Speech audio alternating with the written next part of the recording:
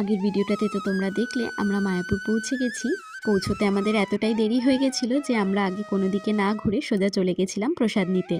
টিকিটটা আমাদের আগেই কাটা ছিল, টিকিটটা যদি না কাটা থাকতো তাহলে সেদিন আর আমরা প্রসাদ পেতাম না।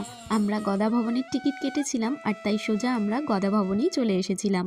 গদা ভবনের টিকিটের মূল্য ৮০ টাকা। এছাড়াও আরও অনেক ভবন আছে, সেখানের টিকিটের মূল্যও আলাদা আলাদা। যাই হোক, এখানে পৌঁছে আমরা লাইন দিয়ে দাঁড়ালাম আর তারপর এক এক করে সবাই প্রসাদও পেলাম। গীতা ভবনে যেমন সকলে বসে আর তারপর ওখানে প্রসাদ দেয়, এখানে কিন্তু আলাদা। এখানে ওনারা বসে থাকেন থালা প্রসাদ সমস্ত কিছু নিয়ে আর এক এক করে ওনারা সব একবারেই দিয়ে দেন। এরপরে আমরা সকলে মিলে প্রসাদ নিয়ে বসার যে জায়গাগুলো রয়েছে সেখানে গিয়ে বসলাম। প্রসাদ নিয়ে পেট আর মনকে তৃপ্ত করে তারপর আমরা এবার একটু চারিদিকটা ঘুরছিলাম।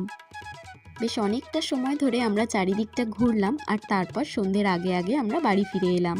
এতটা তাড়াতাড়ি ফেরার ইচ্ছে ছিল না, কিন্তু এখন না বেরোলে বেশ অনেকটাই দেরি হয়ে যাবে বাড়ি পৌঁছতে, তাই বেরিয়ে পড়লাম। বেশ, আজকের মতো ভিডিও তাহলে এখানেই শেষ করছি। দেখা হবে নতুন একটি ভিডিওতে।